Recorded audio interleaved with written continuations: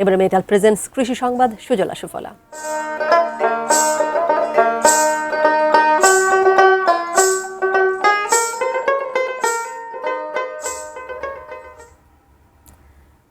শহরের ব্যস্ত জীবনের মাঝেও ছাদের ওপর গড়ে উঠেছে এক টুকরো সবুজের স্বর্গ।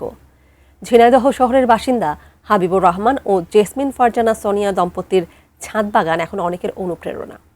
ঝিনাইদহ প্রতিনিধি ইমন হাসানের তথ্য, ছবিতে ডেস্ক রিপোর্ট।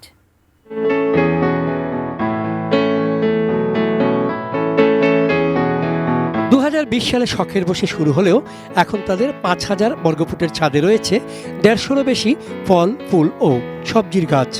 আম, জামরুল, লেবু, শরীফা থেকে শুরু করে গোলাপ, জবা, গন্ধরাজ এবং নানা ধরনের সবজি শোভা পাচ্ছে এই বাগানে। সকালে এসে 1 ঘন্টা সময় দিয়ে যাই ছাদ বাগানে। আমার হাজব্যান্ড যতক্ষণ আর কি অফিসে যায় না ততক্ষণ সেই সময়টা আমরা ছাদ বাগানেই থাকি দুইজন মিলে। সোনিয়া মূলত ছাদ বাগানের পরিচর্যা করলেও সুযোগ পেলেই পাশে দাঁড়ান তার স্বামী হাবিবুর রহমান।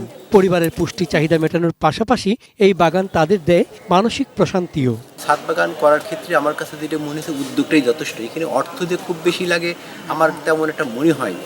আত্মীয় স্বজন ও শুভাকাঙ্ক্ষীরা নিয়মিত এখানে আসেন বাগান দেখতে। সোনিয়ার ছাদ বাগান সম্প্রসারণে প্রয়োজনীয় পরামর্শ ও সহায়তা দিচ্ছে কৃষি বিভাগ। আমরা বিভিন্ন সময় অনেক যারা ছাদে বাগান করেছেন তাদের বাসা বাড়িতে আমরা ভ্রমণে গিয়েছি এবং তাদেরকে উপযুক্ত পরামর্শ দিয়েছি এবং সময়ে সময়ে ছাদে রোপণ করা যায় এবং বীজ দিয়েও তাদেরকে আমরা সহায়তা করেছি। ঝিনাইদহ কৃষি বিভাগের তথ্য অনুযায়ী জেলায় বর্তমানে 3338টি ছাদ বাগান রয়েছে, যা পরিবেশ সুরক্ষা ও নিরাপদ খাদ্য উৎপাদনে রাখছে গুরুত্বপূর্ণ ভূমিকা। চন্দন পাল, ডেস্ক রিপোর্ট, এটিএন নিউজ।